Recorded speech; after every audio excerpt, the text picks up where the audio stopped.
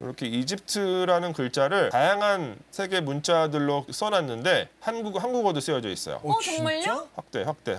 여기 이집트. 아, 저기 있다. 예. 근데 이야. 애석하게도 폰트가 굴림이에요. 어떻게 어디다 굴려버릴 수가 없나?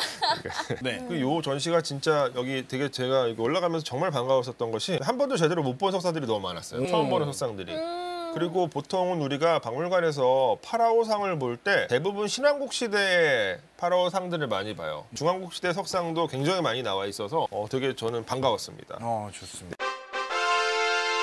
인사할 시간도 많습니다. 여러분의 시간을 낭비해드릴 느리지만 쿨한 과학 랩미팅입니다. 반갑습니다, 교수님들.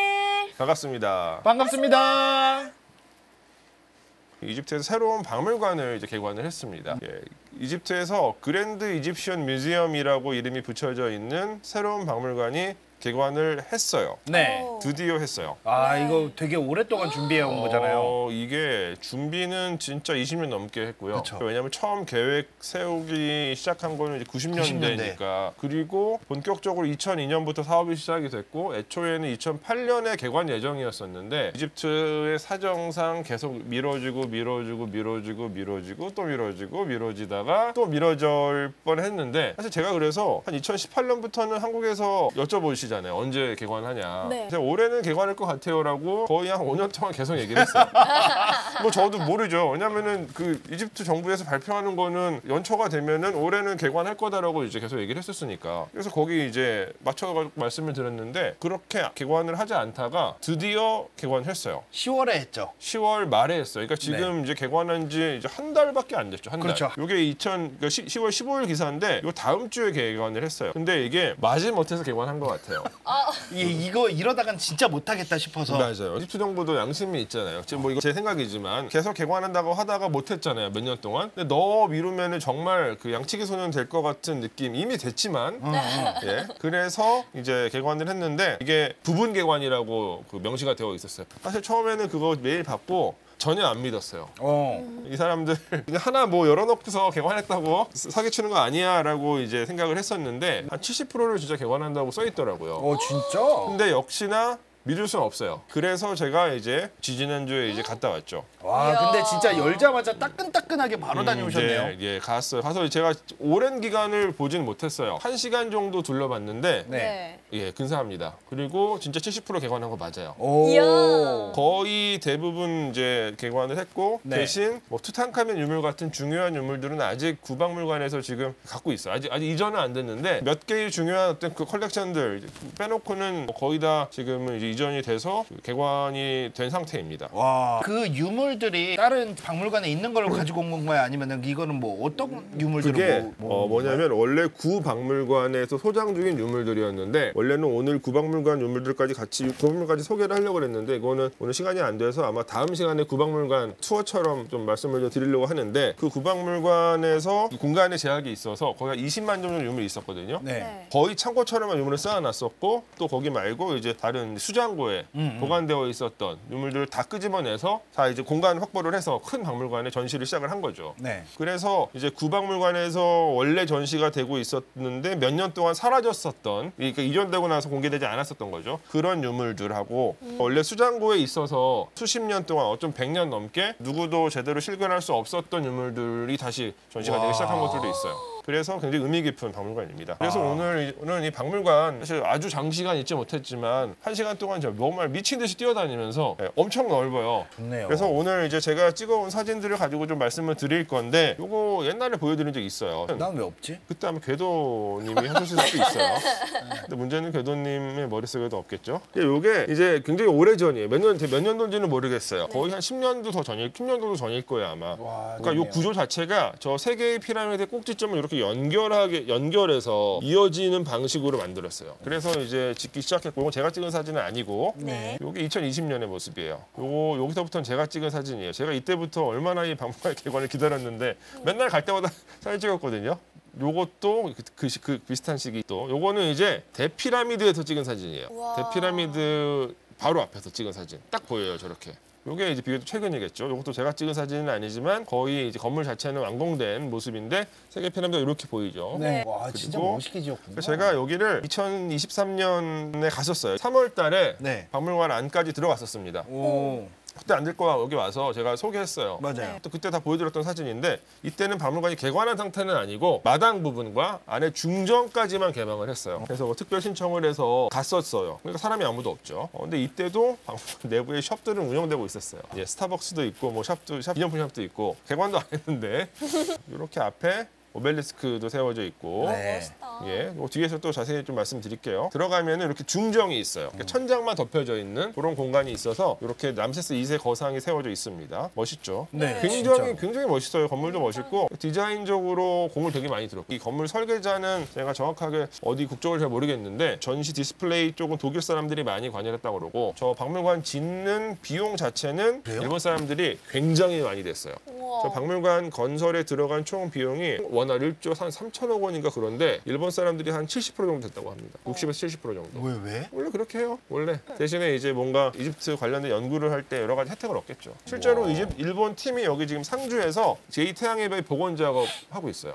일본 팀이. 진짜. 네, 그런 게 있고 또 이게 이제 입구 쪽 바깥쪽에 와 와. 멋지다. 그리고 저기 이제 카르투시 보이시죠? 네. 이집트 고대 이집트의 파라오들의 파라오들의 이름을 왕. 쫙 써놨어요. 자 여기까지는 제가 보여드렸던 사진이고 네. 지금부터 보여드릴 사진은 제가 어디에서도 보여드린 적이 없는 사진입니다. 와. 예, 최초 공개. 예, 최초 공개. 왜냐하면 제 인스타나 제 SNS에도 한 번도 올린 적 없어요. 그래서 최초 공개예요. 박물관이 아직까지 카메라 갖고 입장하는 걸 허용하지 않더라고요. 아 그래요? 다 핸드폰으로 찍은 사진입니다. 자.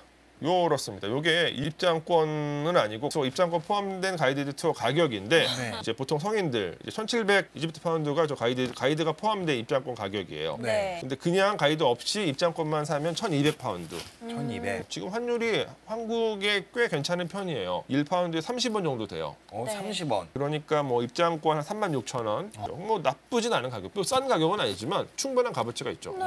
예, 그렇게 이제 생각을 해주시면 될 것 같고 이게 이제 아까 보여드렸던 오벨리스크인데 사람들이 좀 있죠. 그리고 요 오벨리스크는 공중에 띄워져 있어요. 이렇게 탁자 같은 걸 만들어 놨잖아요. 네. 네. 그리고 위에 띄워놨어요. 그래서 오벨리스크 아래쪽을 볼 수 있게 해놨는데 그 람세스 2세 오벨리스크인데 람세스 2세 이름이 쓰여져 있다고 해요. 우와. 얘는 바닥에다 새기고 세운 건가? 그러니까 이거 약간 도장 찍듯이 새긴 다음에 세운 것 같아요. 땅에다가. 와. 그거 이제 보여주려고 좀 해놨는데 거기 들어가서 봐야 되는데 거기 아직 못 들어가게 해놨더라고요. 아 진짜. 예, 그래서 저도 아직 보진 못했는데 그렇게 얘기를 하고 있고 네. 여기 이제 저 탁자처럼 생긴 부분에 가시면 이렇게 이집트라는 글자를 다양한 색의 문자들로 써놨는데 한국어도 쓰여져 있어요. 정말요? 진짜?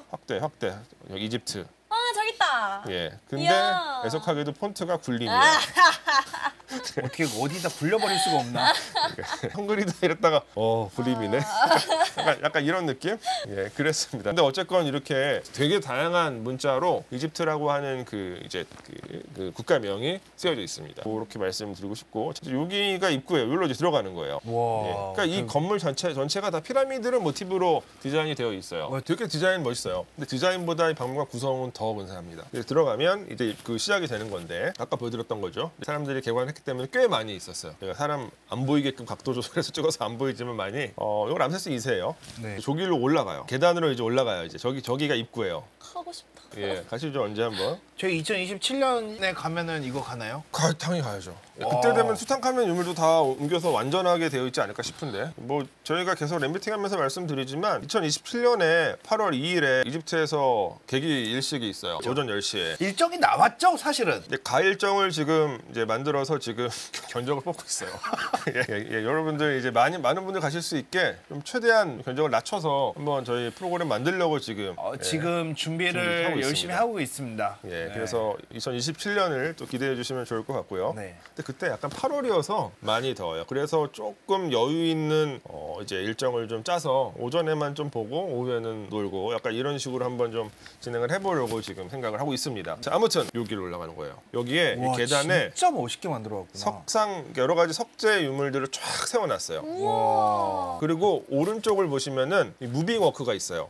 좋은데요? 그래서 걸어가기 싫은 사람들, 자세히 보기 싫은 사람들은 자세히 보기 싫은 예, 사람들. 절로 쭉 올라가면 돼요. 왜냐하면 진짜 박물관 전시회 입구가 저 위에 있기 때문에. 예, 그래서 여기는 들어가는 일종 인트로예요. 이 인트로가 예, 너무 인트로예요. 웅장하고 너무 멋진데요? 예, 이게 이제 그 올라가는 계단. 와, 근데 너무 멋지다.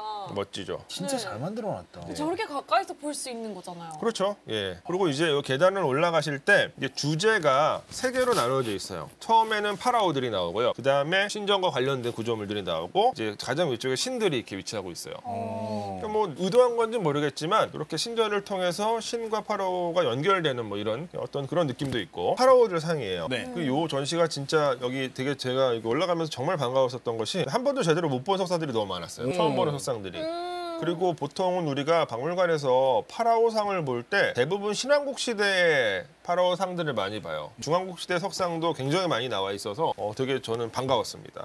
좋습니다. 근데 뭐 시간이 없어가지고 그냥 뭐 쓱쓱 보면서 올라갔지만 그 다음 단계에서는 우와. 오벨리스크 이제 그 머리 부분인데 꼭대기 부분이구나. 예, 이런 것들도 이제 신전과 관련된 테마로 또 네. 뒤에 기둥도 보이시죠? 네. 이렇게 또 전시를 하고 있어요. 이게 층고가 높다 보니까 큰 석재 구조물들도 전시가 가능한 것 같아요. 신전의 기둥들 이제 갖다가 이제 복원을 좀 시켜놓고 있고요. 한 단 더 올라가면 이렇게 되어 있는데 이거 다 신전 구조물들이죠. 네. 계속 올라가고 있는 거예요. 저희 뒤쪽으로는 이제 파라오들이 있고 요 신이랑 파라오 뒤에 이제 신이 서 있죠. 네. 요 파라오 누굴까요? 람세스. 람세스 이집트에 되게 많은데 맞아요.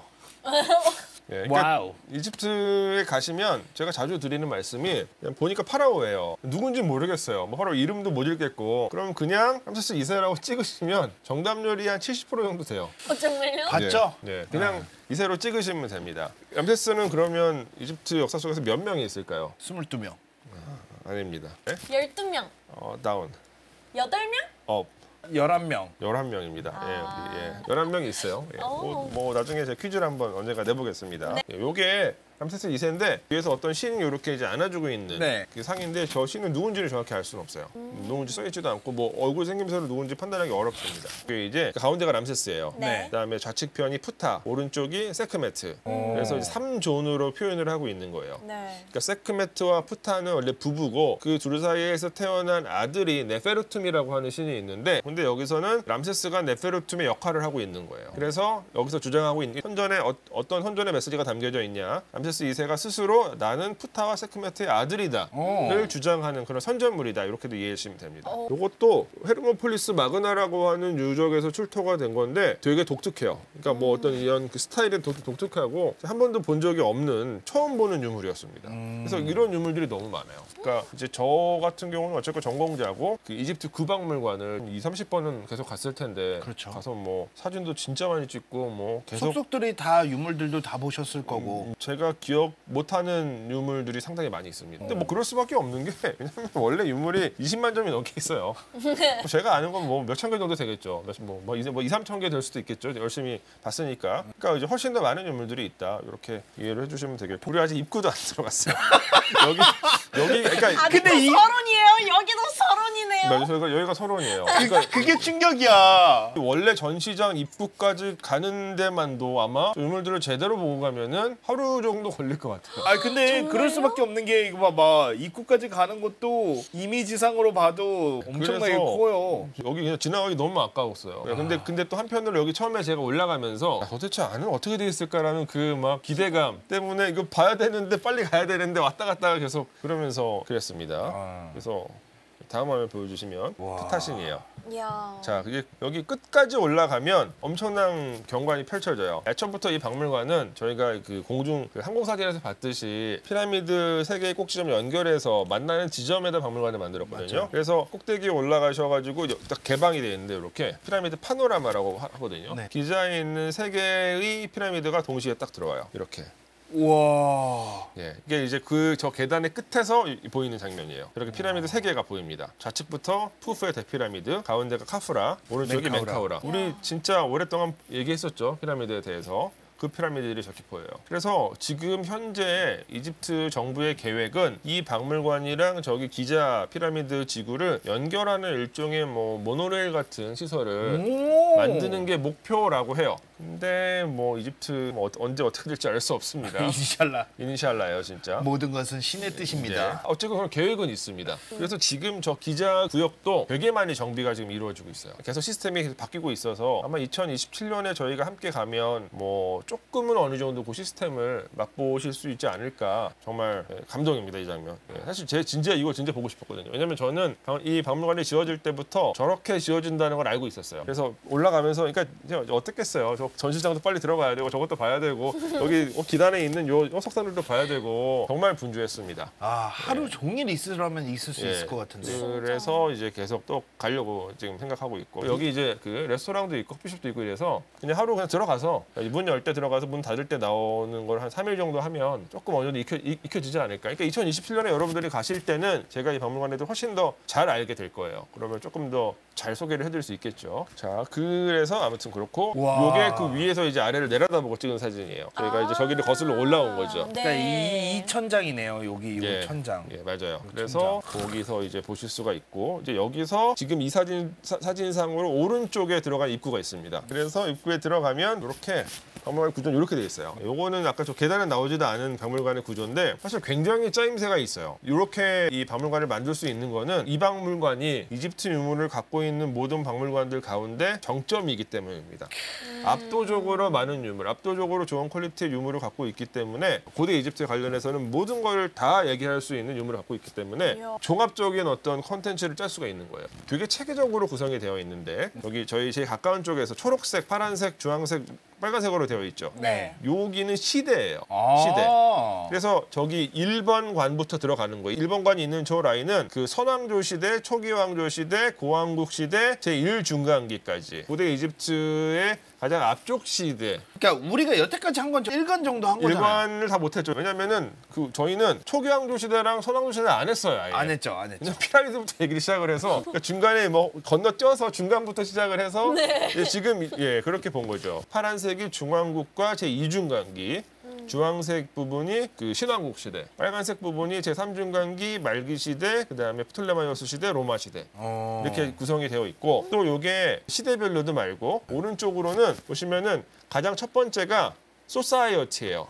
보통 사람들의 삶과 관련된 그런 어떤 이제 주제 전시가 이루어지고 있고 그다음에 중앙이 킹십이에요. 파라오와 관련된 그 전시가 있고 마지막 가장 오른쪽이 beliefs가 돼 있잖아요. 와. 네. 종교예요, 종교. 네. 근데 저는 이제 종교 religion이라고 표현하지 않고 뭐 가시라고도 쓰지 않고 belief라고 쓴 게 너무 마음에 들었어요. 왜냐면 이게 제가 쓰는 용어거든요. 조금 더 엄밀하게 이야기할 때는 고대 이집트의 종교라고 얘기하지 않아요. 고대 이집트의 뭐 믿음 체계 보통 이렇게 얘기를 하지 이데올로기. 예, 그게 되게 마음에 들었고 사실 엄청 체계적인 전시예요. 저 모든 저 전시장만 쭉 봐도 고대 이집트 문명 거의 전체를 체계적으로 이해할 수 있는 그런 전시여서 사실 저 전시 구성 보고 되게 감동받았습니다. 야 이거 진짜 제대로 만들었구나. 이게 전시장 내부예요. 전시장 사람 많네요, 진짜. 사람 엄청 많았어요. 마음에 들었었던 이유 중에 하나가 네. 자연 채광이 좀 돼요. 그러네요. 그러네요. 예, 그러니까 저는 이게 되게 좋은 방법이라고 생각을 해요. 왜냐면 요즘에 전시들 가운데 상당수 완전히 다 인공조명 써가지고 인위적인 모습을 연출하는 경우들이 되게 많은데 사실 저는 약간 문제의식을 느껴요. 비판적으로 봐요. 그러니까 미학적으로는 굉장히 완성도가 높아요. 들어가면 와 멋있다. 느낌 딱 들고 저도 처음에 들어가서 그랬어요. 되게 오랫동안 앉아 있었어요. 근데 이게 제일 좋은 거는 그 유적이나 유물은 원래 있었던 장소에서 보는 게 제일 좋아요. 원래 세워졌었던 맥락과 함께 보는 게 제일 좋은데 근데 항상 그렇게 할 수 있는 건 아니니까 박물관이라는 특별한 시설을 만들어서 박물관에다가 전시를 해놓는 건데 그렇게 전시를 할 때에도 이 유물이 갖고 있는 기존의 맥락을 관람자들이 어느 정도 염두에 둘 수 있게끔 유추할 수 있게끔 전시를 꾸미는 게 중요하다고 생각해요. 오히려 정반대로 왔죠. 알 수 없게 만들어놔요. 그 생각도 못하게 만들어놔요. 그러니까 박물관 전시로는 저는 실패한 전시라고 저는 생각하는 편이에요. 미학적인 어떤 속성을 이렇게 막 확 극대화시켜가지고 만든 전시이지만 그래서 조금 문제의식이 있는데 그래서 아무튼 이런 자연체감 저는 괜찮다고 생각을 하고 있고 보존적인 측면에서 좀 훼손 위험도 있지 않을까라고 엔트로피님께서 말씀하셨는데 이제 훼손 가능성이 있는 벽화라든가 채색에 있는 것들은 좀 다르게 전시를 하고 있어요. 그런 훼손 가능성이 적은 석재 유물들만 이렇게 자연체감에 노출될 수 있게 전시가 되고 있는 것으로. 그러니까 애초에 이런 석재 유물들은 대부분 야외에 설치되었었던 시설들이기 때문에 석재 유물을 만져도 되나요라고 제이쿵님께서 여쭤보셨는데 원칙상으로는 이 되죠. 유물들은 만지지 않는 게 좋죠. 뭐 만져도 쉽게 망가지진 않아요. 근데 원래는 만지지 않는 게 원칙입니다. 인사할 시간도 많습니다. 여러분의 시간을 낭비해드릴 느리지만 쿨한 과학. 랩미팅이었습니다. 감사합니다, 교수님들. 감사합니다. 안녕. 급 피곤해지셨네요.